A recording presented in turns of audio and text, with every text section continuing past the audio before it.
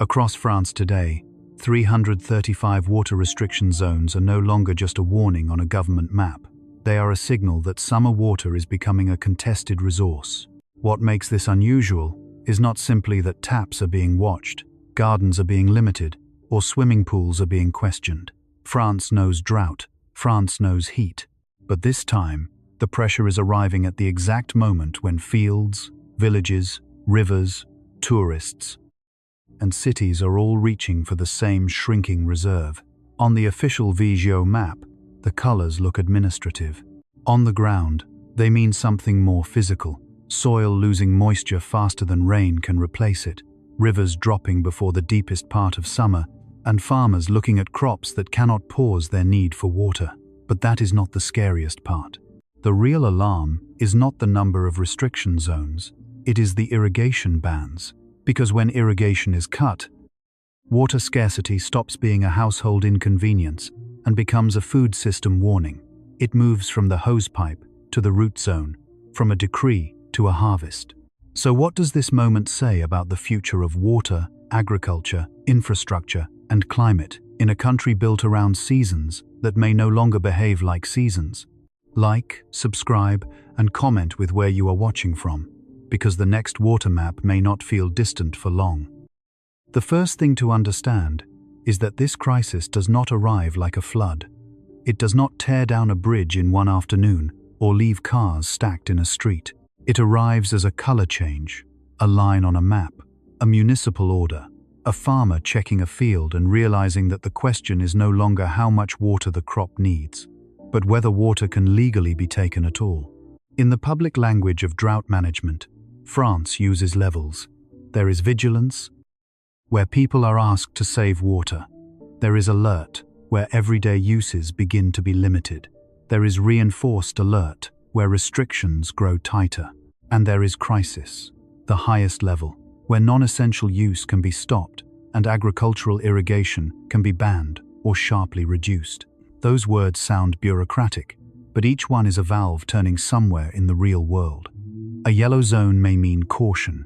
An orange zone may mean a garden cannot be watered during certain hours. A redder zone may mean a farmer cannot pull from a river when the crop is entering the days that decide whether a field becomes food or loss. The affected people are not one group. They are vineyard workers watching leaves curl at the edges. They are vegetable growers whose entire business depends on keeping plants alive through short, intense windows of heat.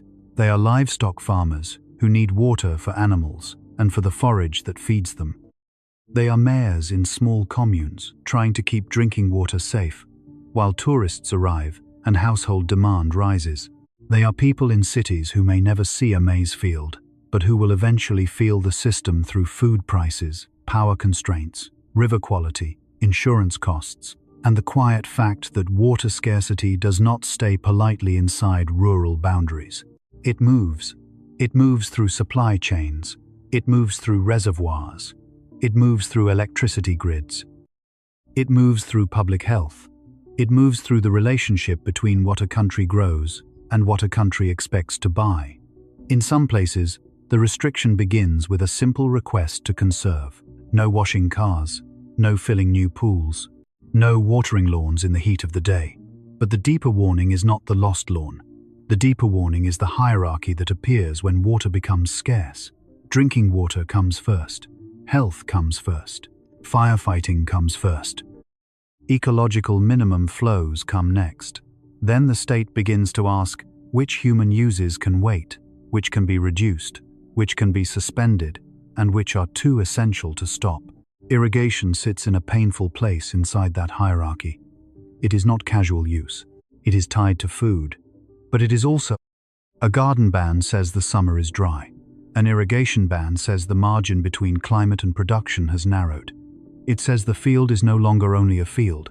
It has become a test site for a national water system. The official warning matters because it tells the public that this is not just a local complaint. It is not just a farmer saying the weather has been difficult. It is a state apparatus recognizing stress across basins, departments, communes, and uses. When the government map shows hundreds of zones under some form of restriction, it is showing how fragmented water risk actually is. A department may look wet in one valley and strained in another. A river catchment may be low, while a deeper aquifer still looks acceptable.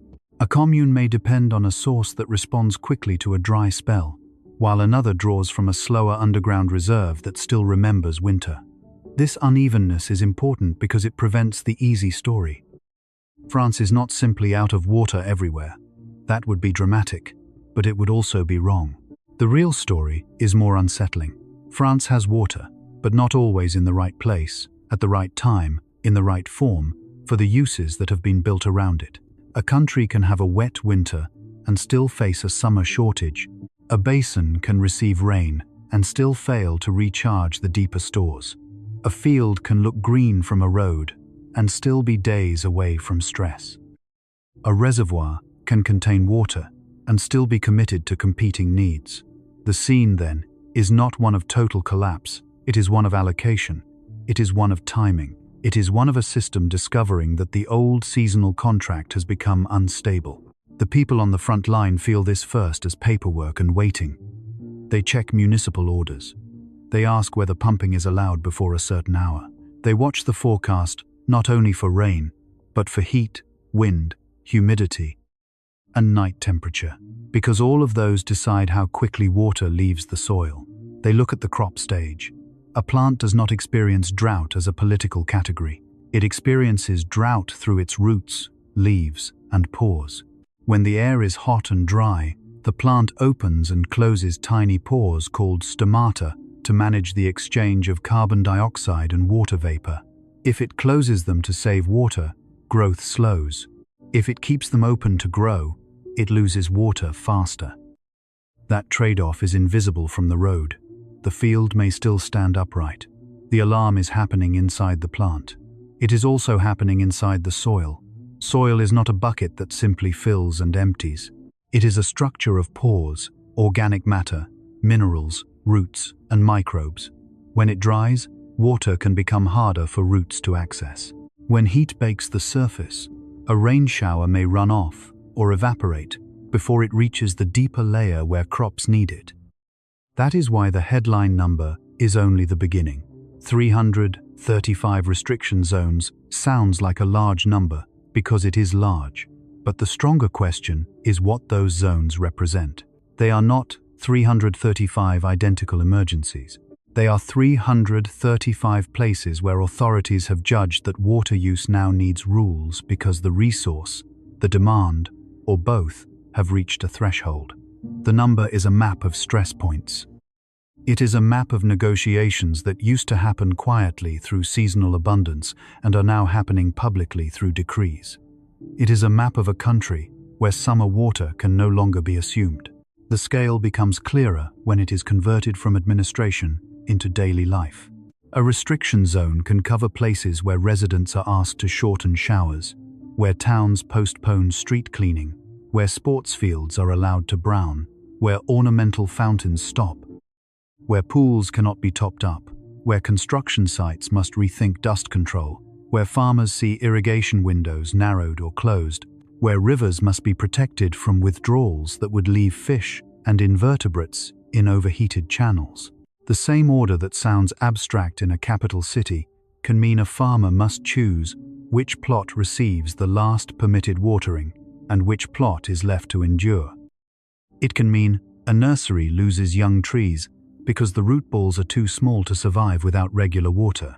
It can mean a market gardener cannot deliver the volume promised to local buyers. It can mean a livestock operation faces feed stress later because the forage crop failed earlier. Water restrictions do not simply remove water, they rearrange risk. And when risk is rearranged, it usually lands hardest on those with the least flexibility. A large farm may have storage, contracts, equipment, insurance, and legal advice. A smaller farm may have a pump, a schedule, and a fragile season of cash flow. A wealthy household may let grass die and buy water-efficient landscaping later. A low-income household may already be limiting use and still face higher food prices. A large city may blend sources and manage demand. A village may rely on a single vulnerable well. This is why viewers far from France should care. because the pattern is not uniquely French.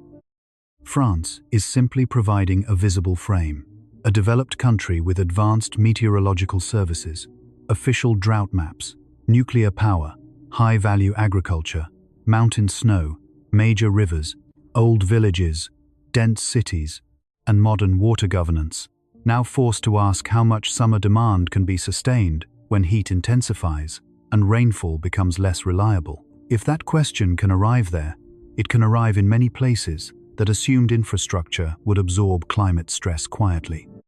The headline number is designed to catch attention, but the most important conversion is not from zones to departments.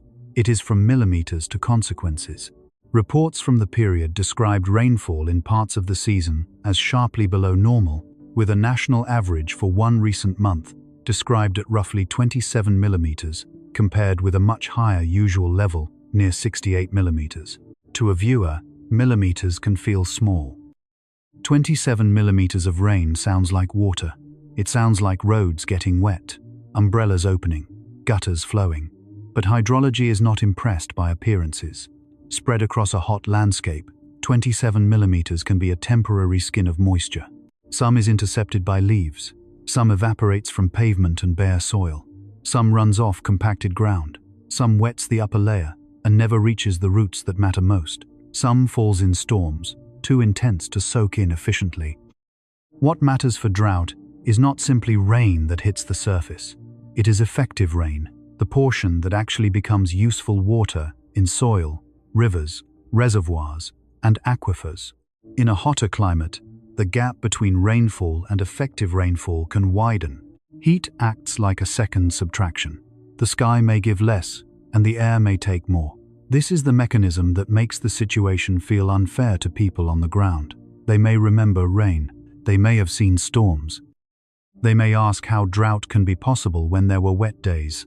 The answer is timing, intensity, soil condition, and demand. Rain in the wrong month cannot fully replace rain missing in the right month. A storm after a long dry spell may not recharge an aquifer if much of it runs off. A wet winter may help deeper reserves, but still fail to prevent a summer crisis if spring turns dry. Temperatures surge early, and plants begin pulling water faster than expected. In France, this matters because water is stored in different ways. Some is stored visibly, in reservoirs, lakes, rivers, canals, and snow. Some is stored invisibly, underground, in aquifers. Some is stored in soil, in the thin living layer that agriculture depends on. Each store has its own clock. Rivers can respond quickly. Shallow aquifers can rise and fall within weeks or months. Deeper aquifers can take longer to recharge and longer to decline. Soil moisture can change in days. Agriculture lives in that fast clock.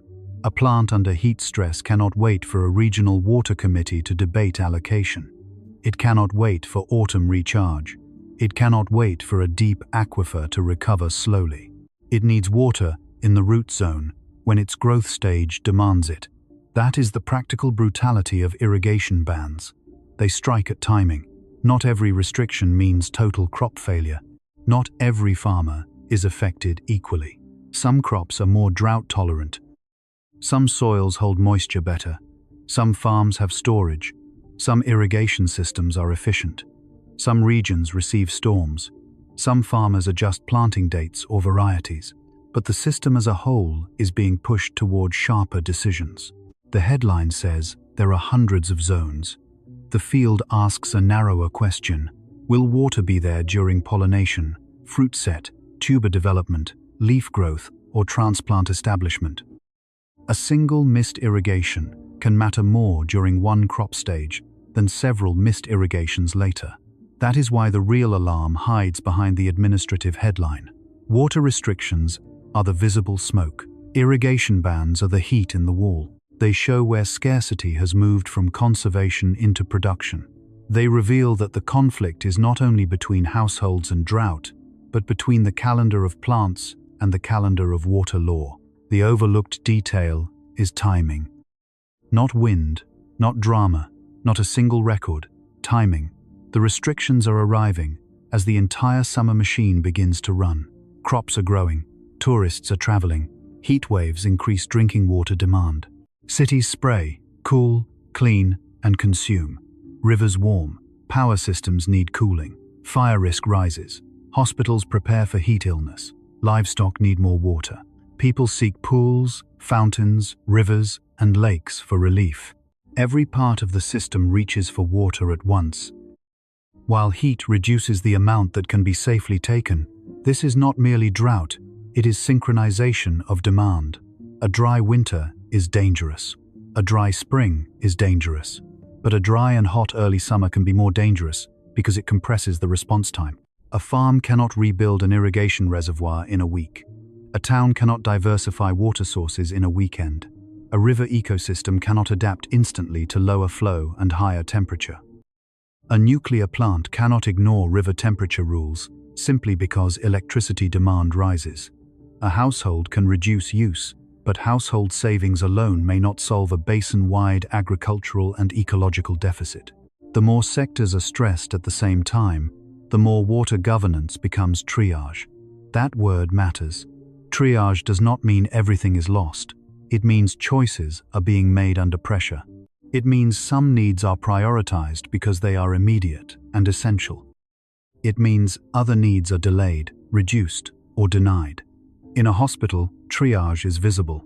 In a drought, triage is hidden in administrative orders. It appears as permitted hours, banned uses, exemptions, thresholds, river gauges, aquifer measurements, and local decrees. The ordinary viewer may see only a map.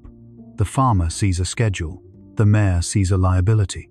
The hydrologist sees a basin budget. The fishery manager sees a stream losing oxygen as water warms. The energy operator sees cooling constraints. The public health official sees heat exposure rising as water access becomes more important. These are not separate stories. They are the same story moving through different rooms, and the hidden mechanism tying them together is evapotranspiration. The word sounds technical, but the process is simple. Evaporation is water leaving surfaces such as soil, roads, leaves, reservoirs, and rivers. Transpiration is water moving through plants and leaving through their leaves. Evapotranspiration is the combined loss of water from land into the atmosphere. In cool, humid conditions, this loss can be moderate. In hot, dry, windy conditions, it can accelerate. Heat does not only make people uncomfortable, it increases the thirst of the air. When the air is hotter, it can hold more water vapor. If the air is dry, it pulls moisture from soil and plants more aggressively. A field under high evapotranspiration is like a bank account, with automatic withdrawals increasing each day. Rain is the deposit. Irrigation is an emergency transfer. Heat is the hidden fee that keeps rising. When deposits fall and withdrawals rise, restrictions arrive. This is the central mechanism of the French water alarm. A dry map is not merely the absence of rain. It is the result of atmospheric demand pulling water upward, plant demand pulling water from the root zone, human demand pulling water from rivers and aquifers, and policy demand trying to keep the system from crossing ecological and drinking water thresholds. The metaphor is not a country running out of water like a tank, draining to zero. The better image is a set of connected accounts. Soil moisture, river flow, groundwater, reservoirs, drinking water, irrigation, cooling water, and ecological flow are connected accounts with different rules and different speeds. During a wet season, transfers feel easy. During a hot, dry season, every transfer becomes visible. Take water from a river for irrigation, and the river may become warmer and shallower. Take more from a shallow aquifer, and a well may drop. Keep water in a reservoir for late summer drinking supply, and agriculture may lose access now. Release water from a dam to support river flow, and future reserves shrink. Protect aquatic ecosystems, and withdrawals must be reduced. Protect crops, and the basin may be drawn down. These are not moral simplifications. They are physical constraints. The atmosphere does not negotiate. Plants do not vote. Aquifers do not refill because a committee needs them to. That is why the situation feels so sober. It is not a failure of awareness. France has institutions. It has data. It has maps. It has agencies. It has local prefectures empowered to act. The alarm is that even with those tools, the underlying balance can tighten quickly. The system is not blind. It is being asked to manage a moving target. The deeper the analysis goes, the clearer it becomes that irrigation bans are not just an agricultural rule. They are a signal about the failure of a historical assumption. That summer water demand, while sometimes difficult, can usually be met through a combination of rainfall memory, groundwater, rivers, reservoirs, and local restrictions. That assumption is now being tested by hotter air, earlier heat, more intense evapotranspiration, and competing demand. The instrument that measures the stress first. A maize plant under heat does not care whether the aquifer looked acceptable 2 months ago. A fruit tree under water stress may survive, but reduce fruit size or next year's bud formation. A vineyard may produce fewer grapes, different acidity, or vines stressed in ways that accumulate over years. Agriculture is often discussed as production, but in drought it becomes memory. Soil remembers compaction, trees remember stress, farmers remember losses, debt remembers a bad year, insurance remembers claims, markets remember shortage, and consumers eventually meet that memory in price, quality, and availability. This is how the mechanism passes through a person. The atmosphere heats, the soil dries, the plant closes its pores, growth slows, yield falls, income shrinks. A farmer delays investment. A seasonal worker loses hours. A cooperative handles less volume. A local processor pays more. A family shopping in a city sees higher prices and thinks of inflation, not evapotranspiration. But the invisible chain is there. From air to soil, from soil to plant, from plant to income, from income to dinner. That is the kind of climate story that is easiest to miss because it does not always look like disaster footage. It looks like a field still standing, but with less future inside it. It looks like a river still flowing, but too warm and too low to spare. It looks like a town still served by taps, but only because other uses were cut. It looks like normal life, continuing, because the system is quietly spending its buffers. Those buffers are the key. Groundwater is one of the most important buffers France has. BRGM, the French Geological Survey, monitors aquifers and has emphasized that groundwater supplies a large share of drinking water and a significant share of agricultural use in mainland France. Groundwater is often imagined as an underground lake, but in many places it is water held in pores and fractures of rock and sediment. It can be abundant, but it is not magic. It recharges when rain infiltrates below the root zone and reaches the aquifer. In many French regions, the main recharge period is the cooler part of the year, when vegetation uses less water and evaporation is lower. Summer rain, especially during heat, may help crops and streams, but it may not fully recharge deeper aquifers. This creates a seasonal trap. By summer, the groundwater account is often already set by what happened in winter and spring. If the recharge season was insufficient, or if early heat accelerates depletion, managers enter summer with less room to maneuver. BRGM's mid-June update reported that groundwater depletion had accelerated, with a large majority of monitored points showing falling levels. At the same time, the overall situation was not uniformly catastrophic, with many aquifers still described as moderately satisfactory. This contrast matters. It prevents exaggeration and deepens the concern. The danger is not that every underground reserve has collapsed. The danger is that decline is widespread, demand is rising, and shallow or reactive aquifers can deteriorate quickly if effective rainfall does not arrive. In a heat-driven drought, a satisfactory starting point can become a strained summer if the withdrawals and atmospheric losses continue. That is why officials watch trends, not just levels.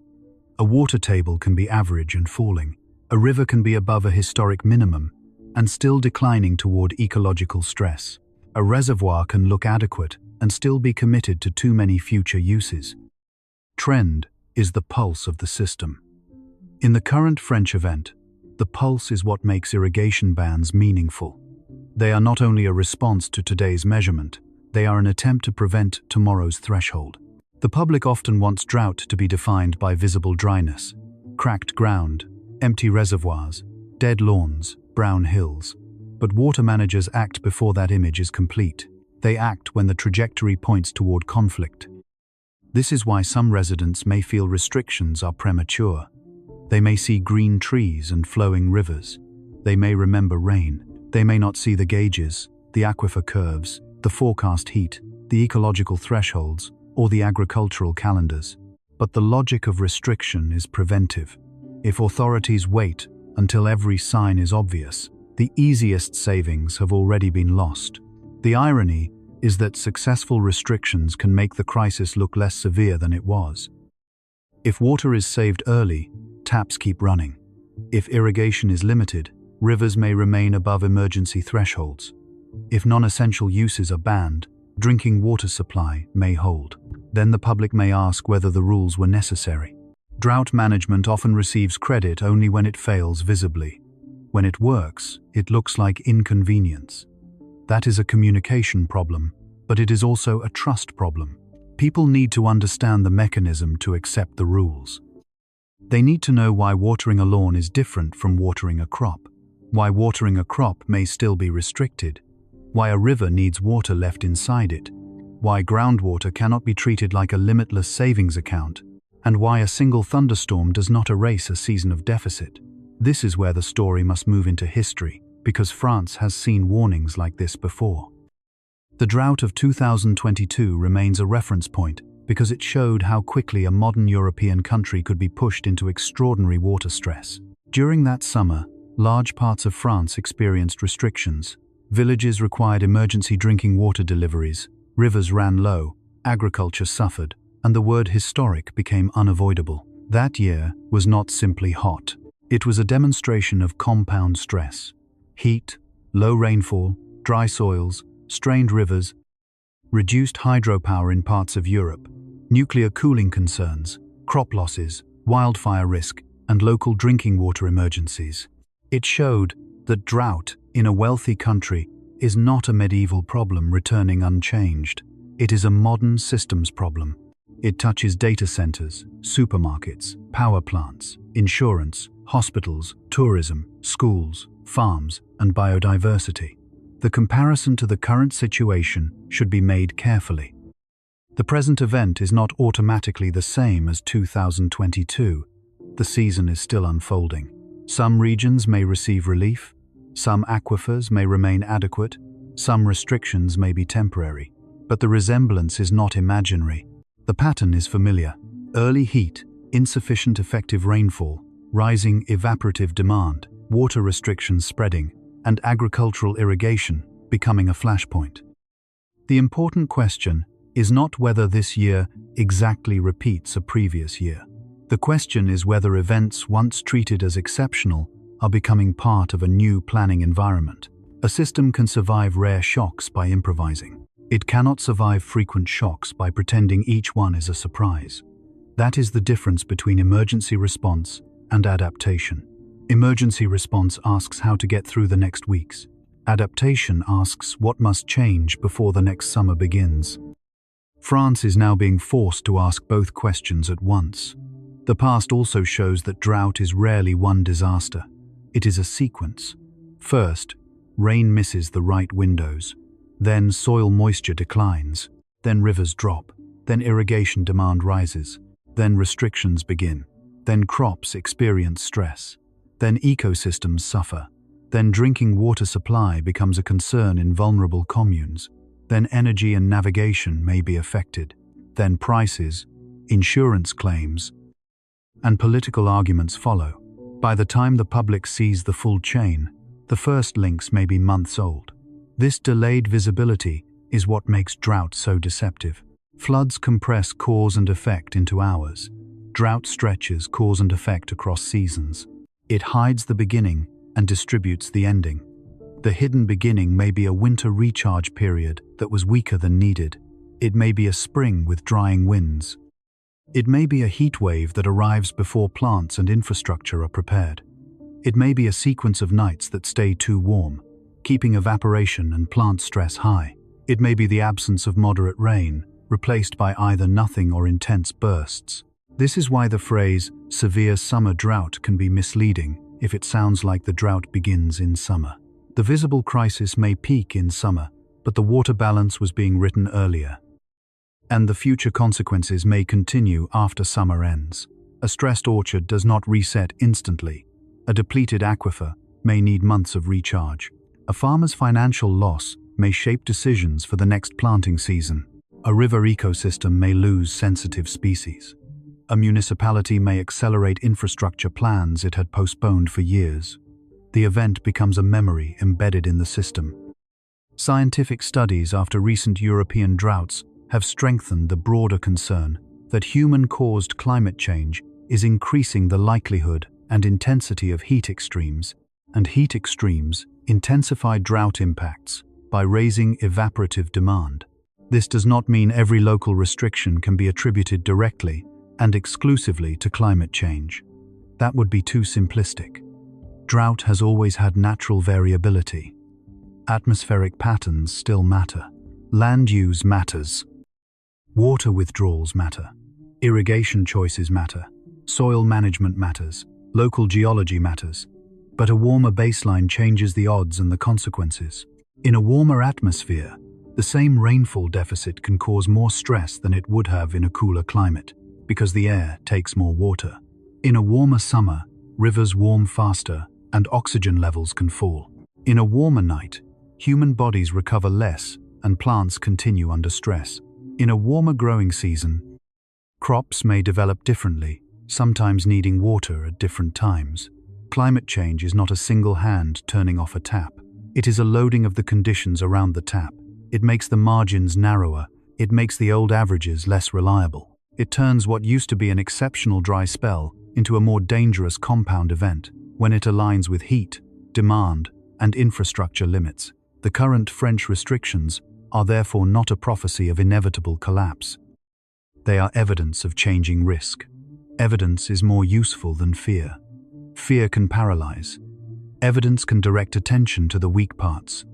And the weak parts are not always where the public looks. The weak part may not be the national water supply in the abstract. It may be a small commune with a single source. It may be a shallow aquifer that responds quickly to heat and withdrawals. It may be a river reach where flow must remain above an ecological threshold. It may be a pumping station vulnerable to power outages during heat. It may be an irrigation canal that loses water before it reaches fields. It may be a crop calendar built around varieties that assume water during a specific growth stage. It may be a dairy farm whose forage supply depends on one cut of grass that fails under dry heat. It may be a cold chain that depends on electricity during the same heat wave that raises water stress at power plants. It may be a hospital where heat illness rises while staffing and cooling systems are stressed.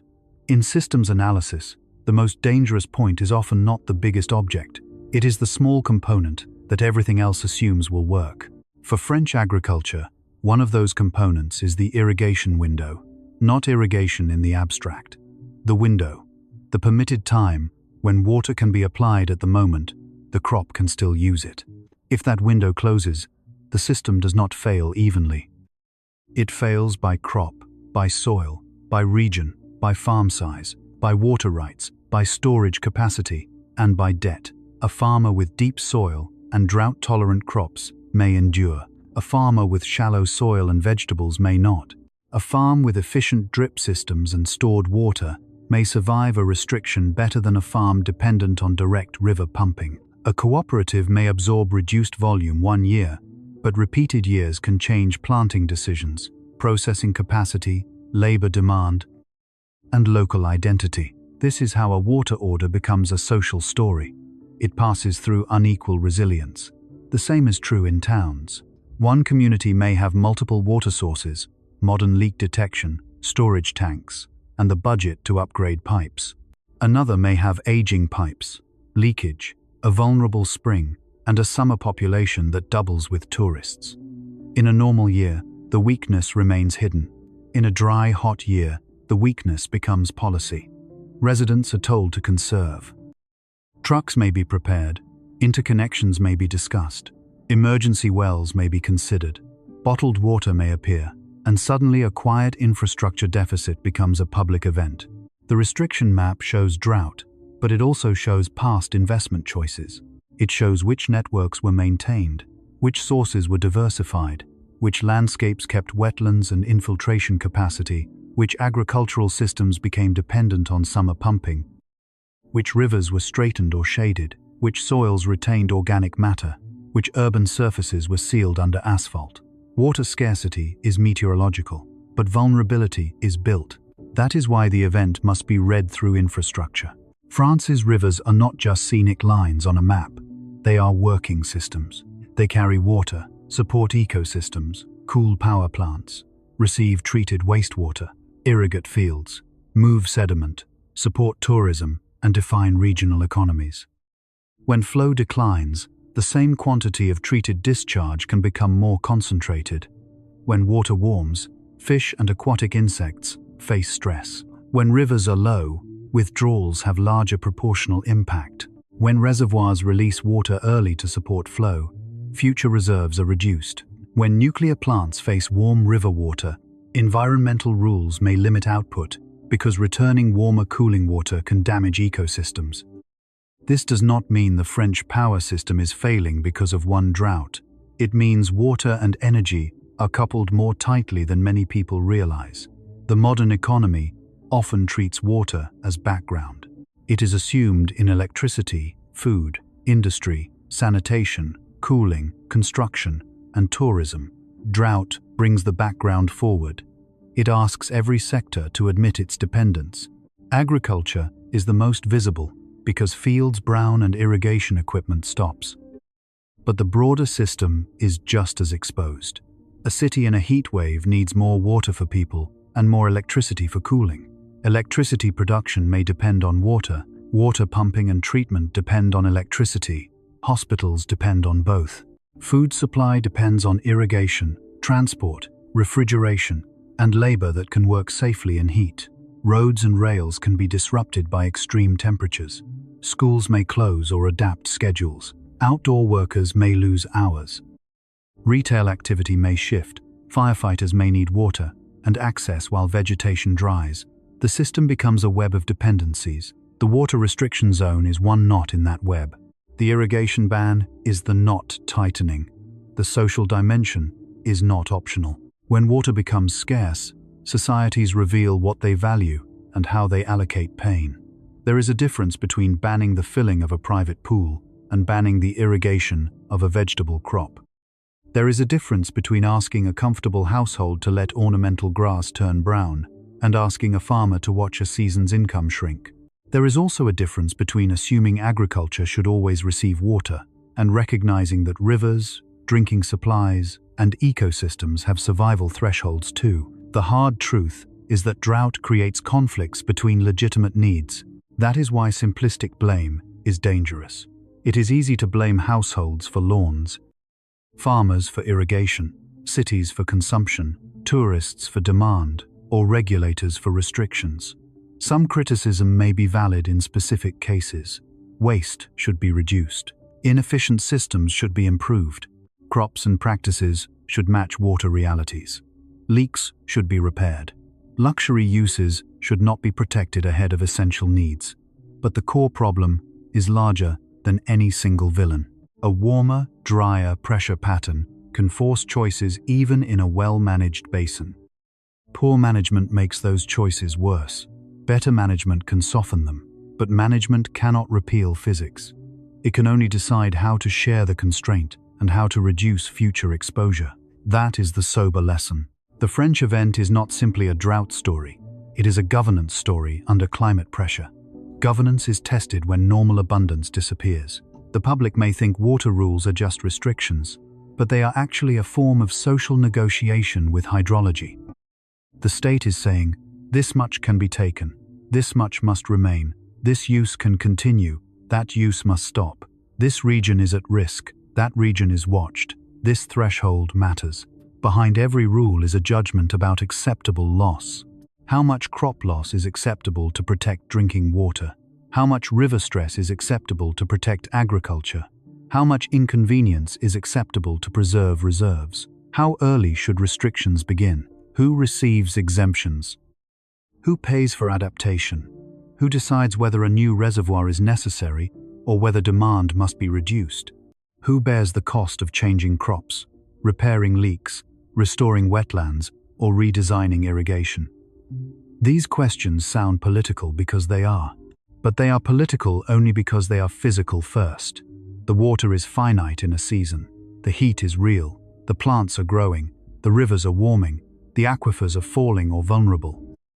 The decrees translate that physical reality into social order. A better future depends on whether the translation is trusted, fair, and based on evidence. Evidence begins with measurement. France's drought maps, groundwater bulletins, river gauges, weather forecasts, and local restrictions are not perfect, but they are essential. Without measurement, water stress becomes rumor. With measurement, it becomes a shared reality that can be argued over, improved, and acted upon. The problem is that measurement alone cannot solve scarcity. It can show the falling line. It cannot by itself decide what to do when the line falls. That is where adaptation must enter. Adaptation can mean many things, and some are easier to say than to execute. It can mean reducing leaks in water networks, because lost drinking water is unacceptable when restrictions are imposed on users.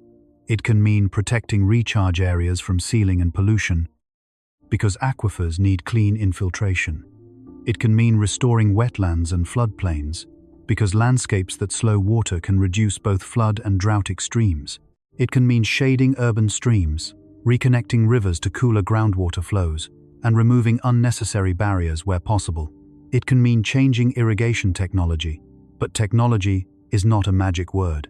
Drip systems can reduce losses for some crops, but they can also encourage expansion if governance is weak. Efficiency gains can be consumed by increased demand unless total withdrawals are capped. It can mean crop changes, but crop changes affect markets, culture, equipment, knowledge, and income. It can mean storing more water, but storage has ecological, financial, and social trade-offs, and stored water can create new dependence if the climate baseline shifts further. It can mean pricing and regulation, but pricing water raises equity questions and cannot be designed as if all users have the same ability to adapt. It can mean emergency planning for villages, but emergency water trucking is not a long-term water strategy. The point is not that adaptation is impossible. The point is that adaptation is specific.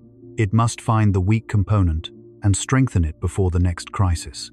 That weak component may be a pipe, a pump, a crop calendar, a reservoir rule, a river threshold, a wetland, a data system, a legal allocation, or a public communication failure.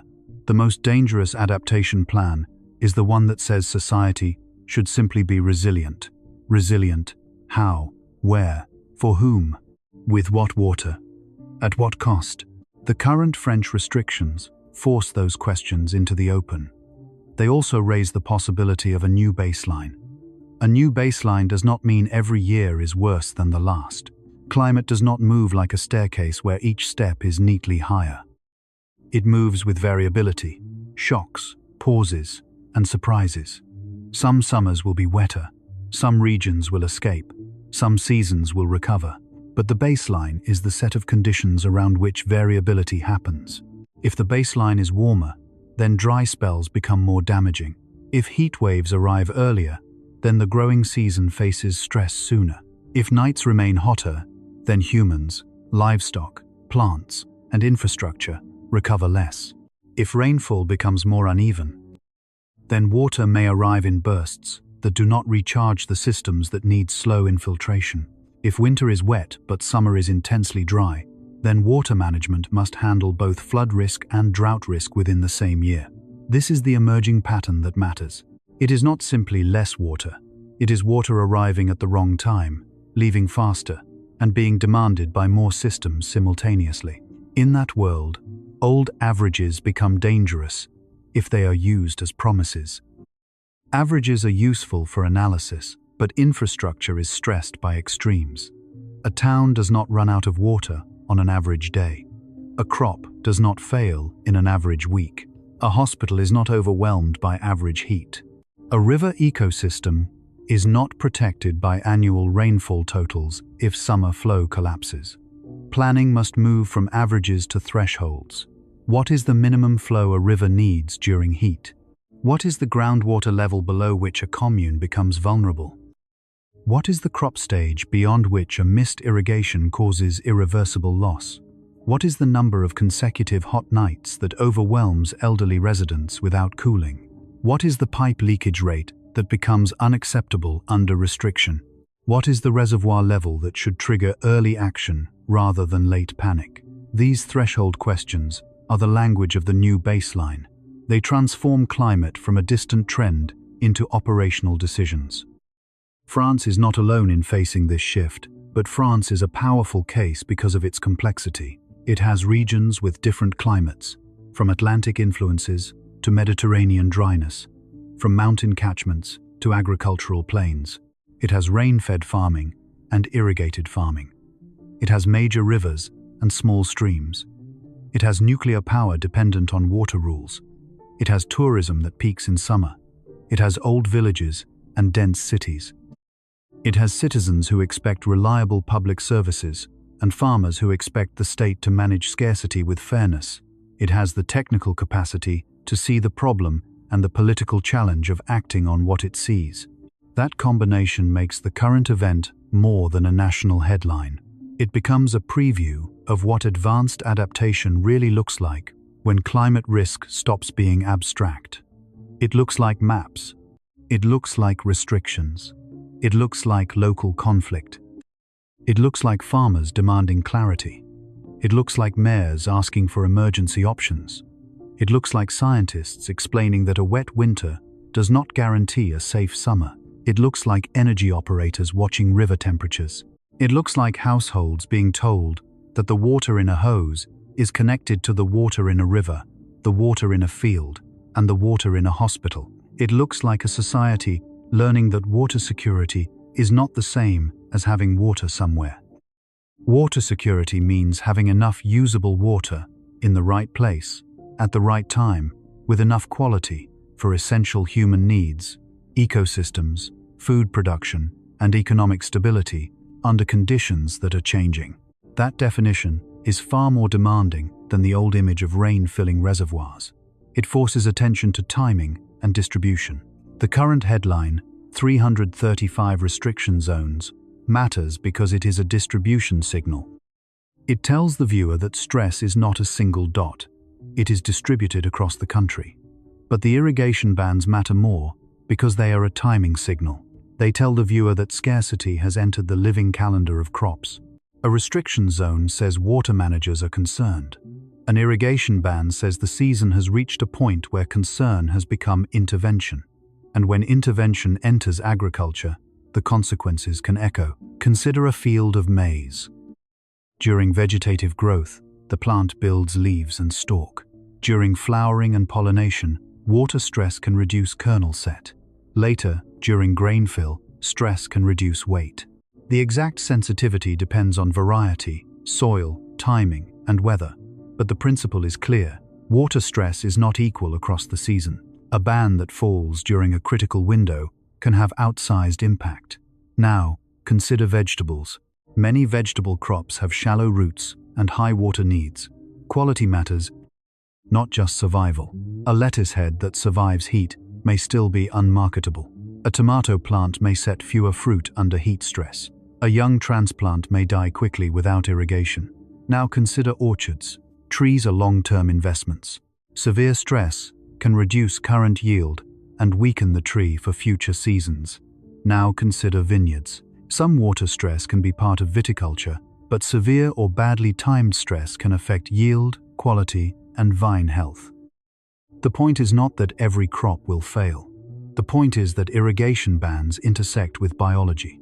They are not just reductions in volume, they are interruptions in development. This is why the viewer must see the ban not as a switch on a pipe, but as a hand placed on the calendar. The calendar is the hidden infrastructure of agriculture. Seeds go into soil, because the farmer trusts a sequence: rain, warmth, growth, irrigation, harvest, transport, sale. If that sequence becomes unreliable, adaptation is not just technical. It changes what is planted, where, when, and by whom. It changes the relationship between local food systems and imported food. It changes rural economies. It changes insurance and credit. It changes land values. It changes political arguments over reservoirs, restrictions, and ecological flows. It changes the emotional life of farming, because a farmer can accept hard work and uncertainty. But repeated uncertainty with shrinking control becomes something heavier. It becomes a form of climate pressure that is measured not only in rainfall, but in decisions postponed, debts carried, and nights spent checking forecasts. The human body also enters the water story. Heat waves increase the need for hydration, cooling, and public health response. Hot nights prevent recovery, especially for older people, infants, outdoor workers, and people in poorly insulated housing. During a heat wave, water is not only an agricultural input, it is a health tool. People drink more. Cooling centers need functioning water and electricity. Hospitals treat dehydration and heat illness. Cities may use water for public cooling where allowed. At the same time, drought restrictions may limit non-essential uses. This creates another hierarchy. A city may need to cool people, but it cannot waste water. It may open swimming areas, but water quality depends on river flow and sanitation systems. It may plant trees for long-term cooling, but young trees need irrigation to survive establishment. Urban adaptation often depends on water at the same moment. Water is scarce. That is one of the cruel loops of climate adaptation. The city needs more green shade because summers are hotter, but young green infrastructure needs water during hot summers. If water is restricted, the very adaptation meant to reduce heat can struggle to survive. This does not mean cities should abandon greening. It means adaptation must be planned with water reality in mind. Drought-tolerant species, soil volume, mulching, rainwater capture, greywater where safe and legal, reduced pavement, and maintenance budgets that last beyond planting ceremonies. The same logic applies to agriculture. It is not enough to install efficient irrigation if the crop mix, withdrawal rights, soil health, and basin limits remain unchanged. It is not enough to build storage if future inflows are overestimated. It is not enough to ask citizens to conserve if pipes leak and luxury use continues.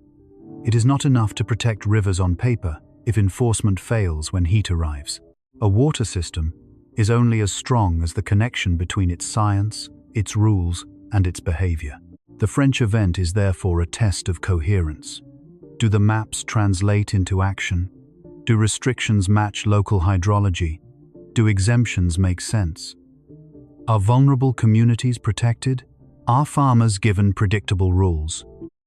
Are ecological thresholds respected? Are long-term investments accelerated? Or does each drought become another temporary emergency, managed until rain returns, then forgotten until the next map turns red? The difference between those paths is the difference between learning and merely enduring. To keep the analysis honest, it is necessary to separate what is related, what is coincidental, what is uncertain, and what is real. What is clearly related: heat, low effective rainfall, soil moisture loss, evapotranspiration, declining groundwater at many monitoring points, low river flows in stressed basins, rising water demand, and official restrictions. These belong in the same causal neighborhood. They interact physically.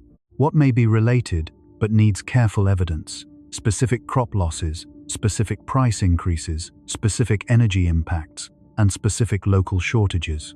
Those can be influenced by drought, but they also depend on markets, policy, storage, imports, contracts, labor, and other weather events. What is only coincidental unless evidence connects it? Any political argument, any single food price movement, any isolated infrastructure problem that happens during the same period. Drought can worsen many stresses, but it should not become a universal explanation for everything. What is not justified? saying that one local irrigation ban was caused solely by climate change, without a formal attribution analysis. Climate change raises the background risk of heat extremes and can intensify drought impacts, but local hydrology and management still matter. What is the real risk? The real risk is that hotter summers make water scarcity more frequent, more simultaneous, and more difficult to manage with rules designed around the past. The real risk is not a Hollywood image of France turning into desert overnight. The real risk is quieter. More summers in which the state must choose earlier and more often between uses that used to coexist. More farmers facing closed irrigation windows. More rivers pushed toward ecological thresholds. More towns discovering vulnerable sources. More energy and water planning collisions. More public arguments over fairness, because scarcity reveals inequality. That is the risk worth taking seriously, because it is supported by mechanism. It does not require exaggeration. It only requires following the water. Follow it from the sky to the soil. Follow it from the soil to the roots. Follow it from the roots to the crop. Follow it from the crop to the farm income. Follow it from the farm income to the local economy. Follow it from the river to the cooling system. Follow it from the aquifer to the village tap. Follow it from the village tap to the household that assumed water was background. Follow it from the household to the map, where a color changes and a rule appears. The story becomes ominous because the connections are real. The emotional weight comes from the fact that no monster is needed. The system is simply being asked to provide more certainty than the climate now offers. France can adapt, and it has tools to do so. It can improve monitoring, reduce leaks, protect aquifers, restore landscapes that hold water, adjust crops, refine allocation, invest in efficient irrigation without expanding total demand, strengthen local drinking water systems, prepare heat health plans, protect river ecosystems, and communicate restrictions clearly. But adaptation will not be painless, because it touches habits and livelihoods. It asks households to distinguish need from convenience. It asks agriculture to rethink risk without abandoning farmers. It asks energy planners to treat water as a constraint, not an afterthought. It asks cities to cool people without wasting scarce supplies. It asks governments to act before crisis is visible. It asks the public to accept that a green landscape can still be water-stressed. Most importantly, it asks everyone to stop treating rain as a guarantee. Rain will still come. Some storms will be intense. Some seasons will look reassuring. But the question is whether the water arrives in ways the system can use. A storm that floods streets may not refill an aquifer. A wet month may not rescue a dry root zone if followed by extreme heat. A winter surplus may not prevent a summer restriction if demand and evaporation surge. The old mental model was simple. Rain falls, rivers flow, groundwater refills, summer arrives, irrigation works, taps run. The new model is conditional. Rain falls, but how much infiltrates? Rivers flow, but at what temperature and level? Groundwater refills, but which aquifer and how deeply? Summer arrives, but how early and how hot? Irrigation works, but only if allowed. Taps run, but only if sources hold and demand is managed. That conditional world is harder to explain, but it is the world water managers already inhabit. The public is now being invited, or forced, to inhabit it too. The image to return to is not a dry reservoir alone. It is a farmer standing beside irrigation equipment that cannot run while the crop continues to transpire under hot air. It is a map with hundreds of restriction zones, but the field does not read maps. The field reads moisture. The plant reads heat. The river reads withdrawal.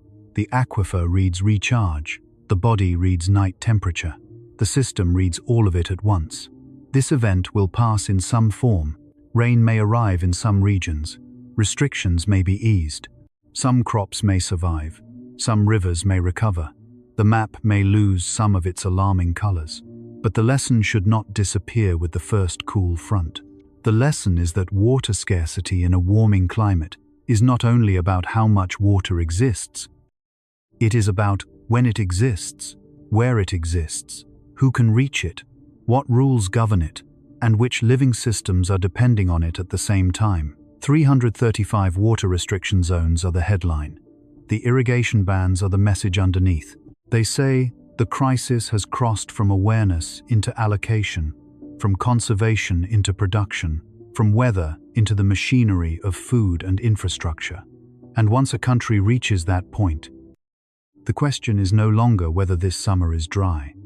The question is whether the systems built for the old summer can be redesigned before the new summer becomes ordinary. Approximate word count, 5,100.